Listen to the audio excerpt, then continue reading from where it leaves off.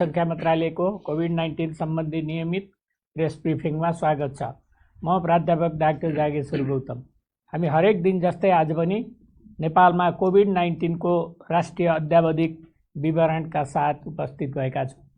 आज हामीले नेपाल स्वास्थ्य अनुसन्धान परिषदका सदस्य सचिव डाक्टर प्रदीप गेवालीलाई निम्त्याएका छौँ। हामीलाई साङ्केतिक भाषामा दिनेश श्रेष्ठले साथ दिइरहनु भएको छ। आज देशभरि जम्मा सक्रिय संक्रमितहरूको संख्या 6544 र प्रदेश अनुसार संक्रमितहरूको संख्या प्रदेश 1 मा 511, प्रदेश 2 मा 3075, बागमती प्रदेशमा 1132, गण्डकी प्रदेशमा 237, प्रदेश 5 मा 446, कर्णाली प्रदेशमा 169 र सुदूरपश्चिम प्रदेशमा 974 जना हुनुहुन्छ। हाल विश्व नै कोभिड-19 को महामारी को चपेटामा छ। नेपालमा पनि यसले ठूलो असर गर्दै गइरहेको छ।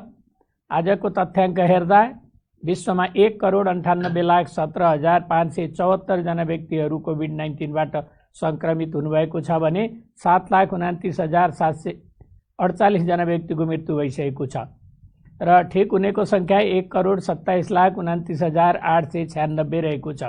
नेपालमा कोभिड-19 पीसीआर टेस्ट प्रति 10 लाख जनसङ्ख्यामा 15,204, प्रति 10 लाख जनसङ्ख्यामा मृत्यु 2.75 छ। संक्रमणबाट मुक्त हुने दर 71.1% छ। आजको पीसीआर 8,515 जना गरी जम्मा 4,83,804 छ, 43,804 छ। क्वारेन्टिनमा रहनुभएका व्यक्तिहरूको संख्या 11,038 रहेको छ। कोभिड-19 संक्रमण मुक्त भई 24 घण्टामा डिस्चार्ज हुनुहुनेहरूमा 40 जना र आजसम्म डिस्चार्ज हुनुहुने 16,353 हुनुहुन्छ। संक्रमितहरू निको भई घर फर्किसक्नु भएको छ। उहाँहरूको उपचार तथा हेरचाहमा अहोरात्र खटिनुभएका चिकित्सक, नर्सिङ स्टाफ, अन्य स्वास्थ्यकर्मी तथा अन्य सहयोगी शुभेच्छुकहरूलाई हार्दिक धन्यवाद दिन चाहन्छौँ। र हामीलाई 2वटा कल सेन्टरबाट 805 व्यक्तिले कल गर्नुभएको छ। नेपाल सरकार स्वास्थ्य तथा जनसङ्ख्या मन्त्रालयको मोबाइल एप हाम्रो स्वास्थ्य डाउनलोड गर्नेको संख्या पनि 1,66,280 रहेको छ। र अब म कोभिड-19 संक्रमितहरूको चाहिँ प्रयोगशाला परीक्षणको विवरण प्रस्तुत गर्न गइरहेको छु। बीपी कोइराला स्वास्थ्य विज्ञान प्रतिष्ठान धरान प्रयोगशालामा सुनसरीका 3 जना, कोशी अस्पताल विराटनगर प्रयोगशालामा सिराहाका 4 जना र मोरङका 28 जना, प्रादेशिक जनस्वास्थ्य प्रयोगशाला विराटनगरमा झापाका 4 जना र सुनसरीका 3 जना, गजेन्द्र नारायण सिंह अस्पताल राजविराज प्रयोगशालामा सप्तरीका 15 जना, प्रादेशिक जनस्वास्थ्य प्रयोगशाला जनकपुर धाममा धनुषाका 35, महोत्तरीका 15, रौतहटका 1, सप्तरीका 2, सर्लाहीका 2 र सिन्धुलीका 1 जना हुनुहुन्छ। नारायणी अस्पताल वीरगञ्ज प्रयोगशालामा बाराका 3 जना, सर्लाहीका 1 जना र पर्साका 71 जना हुनुहुन्छ। राष्ट्रिय जनस्वास्थ्य प्रयोगशाला टेकुमा काठमाडौँका 44 जना, ललितपुरका 1 जना र नुवाकोटका 3 जना हुनुहुन्छ। शुक्रराज ट्रपिकल तथा सरुवा रोग अस्पताल प्रयोगशालामा धनुषाका 1 जना, काठमाडौँका 18 जना, यसैगरी भरतपुर अस्पताल प्रयोगशालामा चितवनका 7 जना र नवलपरासी पूर्वका 1 जना, पाटन अस्पताल ललितपुर प्रयोगशालामा काठमाडौँका 5 जना र धनुषाका 1 जना, वीर अस्पताल काठमाडौँमा बाराका 1 जना, रामेछापका 1 जना र सिन्धुपाल्चोकका 1 जना, स्टार अस्पताल प्रयोगशाला सानेपामा काठमाडौँका 13 जना, ललितपुरका 1 जना र सर्लाहीका 1 जना हुनुहुन्छ। ह्याम्स हस्पिटल प्रयोगशालामा काठमाडौँका 8 जना, नेपाल कोरिया मैत्री अस्पताल मा धादिङका 1 जना, काठमाडौँका 1 जना, नवलपरासी पूर्वका 1 जना र पर्साका 2 जना हुनुहुन्छ। वीरेन्द्र अस्पताल प्रयोगशालामा काठमाडौँका 1 जना, प्रादेशिक क्षयरोग केन्द्र प्रयोगशाला पोखरामा पर्वतका 1 जना, प्रादेशिक जनस्वास्थ्य प्रयोगशाला रूपन्देहीमा पाल्पाका 1 जना, नवलपरासी पूर्वका 1 जना, कपिलवस्तुका 6 जना र रूपन्देहीका 5 जना हुनुहुन्छ। भेरी अस्पताल प्रयोगशाला नेपालगञ्जमा बाँकेका 21 जना र बर्दियाका 2 जना हुनुहुन्छ। यसैगरी लुम्बिनी प्रादेशिक अस्पताल बुटवलमा कपिलवस्तुका 11 जना, नवलपरासी पूर्वका 1 जना र रूपन्देहीका 5 जना हुनुहुन्छ। राप्ती स्वास्थ्य विज्ञान प्रतिष्ठान दाङ प्रयोगशालामा दाङका 4 जना। सुर्खेत प्रादेशिक अस्पताल पशुपक्षी रोग अन्वेषण प्रयोगशाला सुर्खेतमा दैलेखका 1 जना र सुर्खेतका 2 जना। र कर्णाली स्वास्थ्य विज्ञान प्रतिष्ठान जुम्लाका 4 जना र कालीकोटका 2 जना। डडेलधुरा अस्पताल प्रयोगशाला डडेलधुरामा बैतडीका 1 जना, डडेलधुराका 3 जना र डोटीका 8 जना। यसरी जम्मा हाम्रो 37 वटा प्रयोगशालाबाट जम्मा 380 जना सङ्क्रमित भेटिनु भएको छ। र म प्रादेशिक विवरण पनि प्रस्तुत गर्न चाहन्छु। क्वारेन्टाइनमा रहेका व्यक्तिहरूको सङ्ख्या प्रदेश अनुसार प्रदेश 1 मा 2508, प्रदेश 2 मा 1337, बागमतीमा 914, गण्डकीमा 2845, प्रदेश 5 मा 1532, कर्णालीमा 544 र सुदूरपश्चिममा 1358 गरी जम्मा 11038। र हालसम्म सङ्क्रमित ठिक भई डिस्चार्ज हुनेको सङ्ख्या यस प्रकार छ। प्रदेश 1 मा 947, 2 मा 3334, बागमती प्रदेश 603, गण्डकी प्रदेश 1449, प्रदेश 5 मा 4179, कर्णालीमा 1890 र सुदूरपश्चिम प्रदेशमा 3951 गरी जम्मा 16353। जिल्लागत रूपमा 500 भन्दा बढी सक्रिय सङ्क्रमितहरू रहेका जिल्लाहरू 4 वटा छन्: पर्सा, रौतहट, महोत्तरी र काठमाडौँ। र सङ्क्रमितहरू सङ्क्रमित नभएका जिल्लाहरू चाहिँ 7 वटा छन्: खोटाङ, धनकुटा, सङ्खुवासभा, मनाङ, मुस्ताङ, डोल्पा र हुम्ला। र यसपछि नेपाल स्वास्थ्य अनुसन्धान परिषदका सदस्य सचिव डाक्टर प्रदीप गेवालीले आफ्नो प्रस्तुत गर्न गइरहनु भएको छ। नमस्कार सबैजनालाई। आज म नेपाल स्वास्थ्य अनुसन्धान परिषदले भर्खरै सम्पन्न गरेको जनस्वास्थ्यसँग सम्बन्धित मापदण्डको जुन नेपाल सरकारले अवधारणा चाहिँ पत्र बनाएको छ, त्यसको आधारमा गरेको एउटा निष्कर्ष निस्केको छ, त्यो रिजल्ट बारेमा सुनाउन चाहन्छु।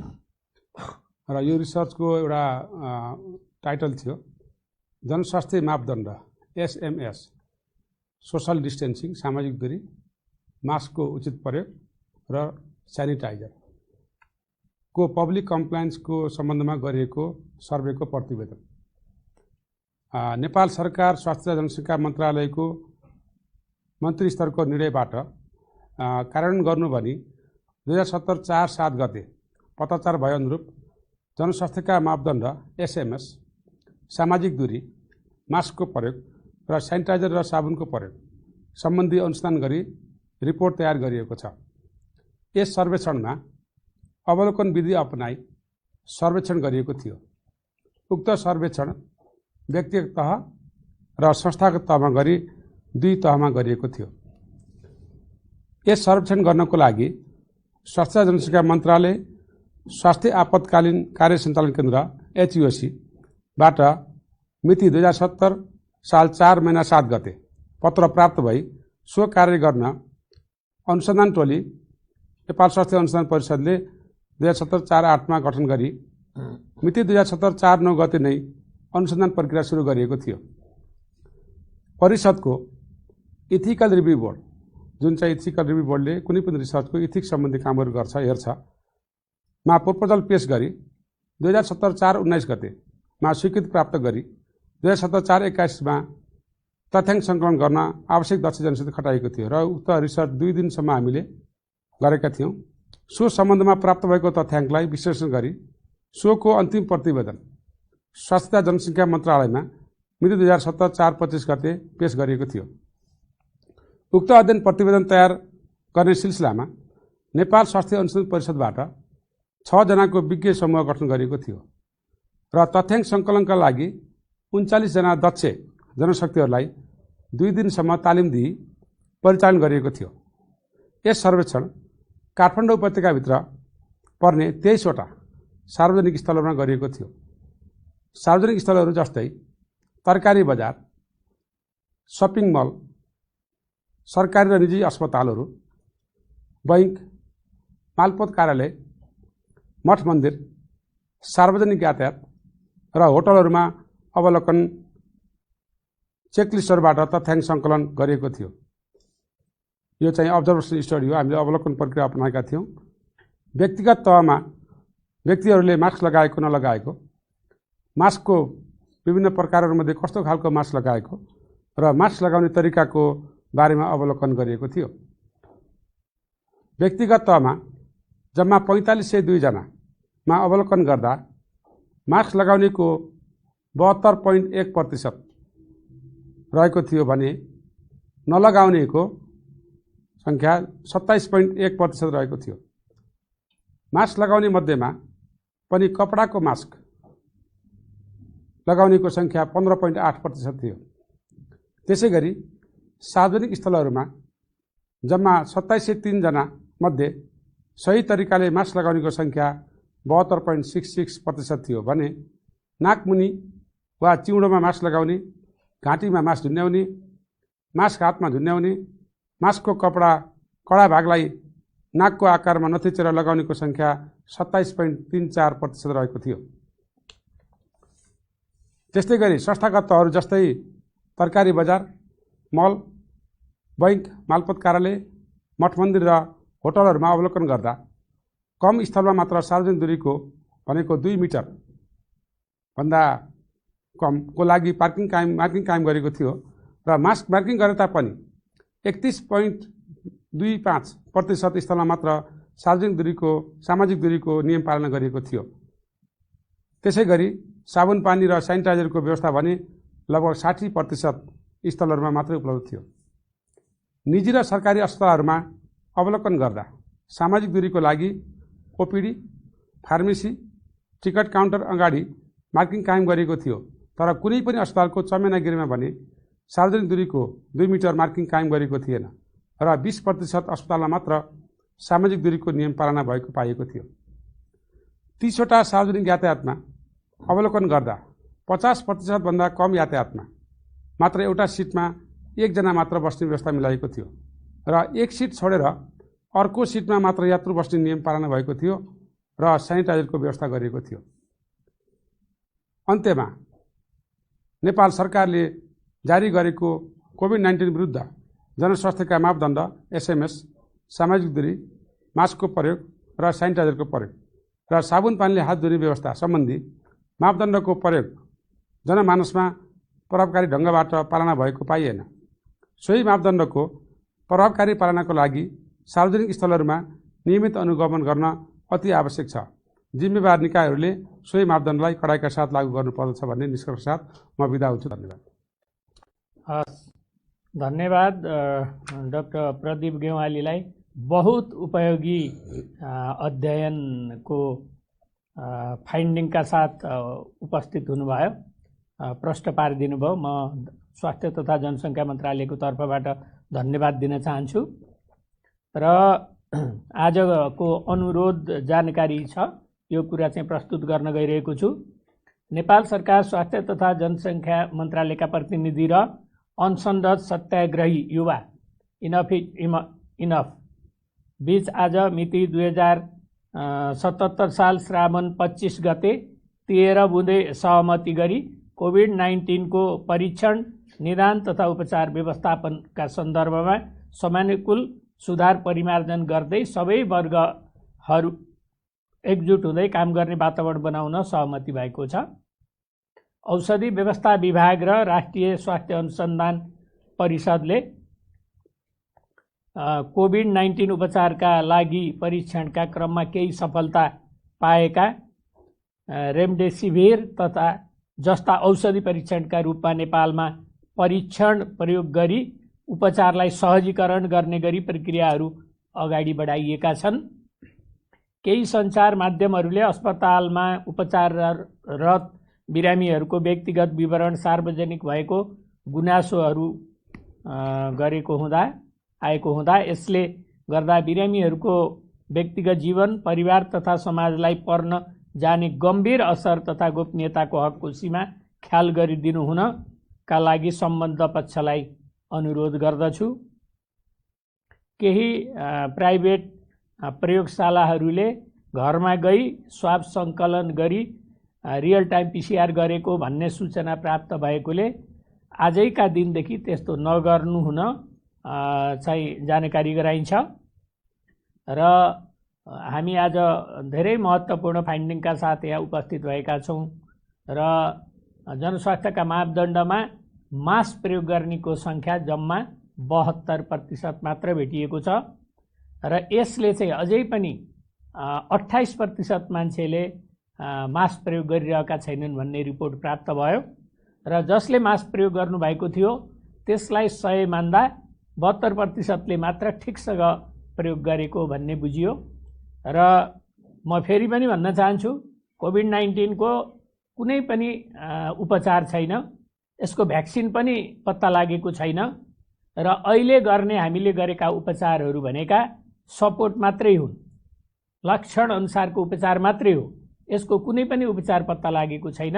त्यसो भएको हुनाले यसबाट बच्नका लागि, प्रिभेन्सनका लागि, रोकथामका लागि गर्ने कामहरू महत्त्वपूर्ण छन्। त्यसकारण म फेरि पनि यहाँबाट भन्न चाहन्छु, सबैले अति आवश्यक नपरी घरबाट ननिस्कौँ, कम्तीमा 2 मिटरको दूरी कायम गरौँ, मास्क राम्रोसँग लगाऊँ र सेनिटाइजेसन, हात धुने र सेनिटाइजरको प्रयोग गर्ने गरौँ। यति गरेर चाहिँ हामी स्वस्थ रहन सकिन्छ। र दुःखद खबर छन् आज दुईटा।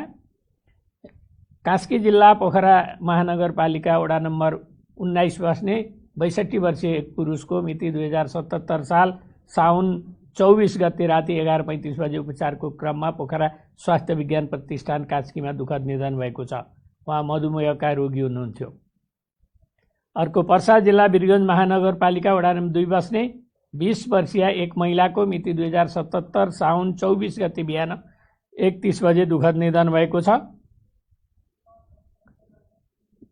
उनी नारायणी अस्थायी कोरोना विशेष अस्पताल गण्डकमा पुर्याइएपछि मृत घोषित भएकी थिइन् र यसरी मृत्यु हुनेको सङ्ख्या 75 पुगेको छ र मृत्युमा स्वास्थ्य तथा जनसङ्ख्या मन्त्रालय हार्दिक संवेदना प्रकट गर्दछ। यसका साथै यो कोभिड-19 सम्बन्धी अद्यावधिक विवरण नेसनल अपडेट यहीँनिर अन्त्य हुन्छ। धन्यवाद, नमस्कार।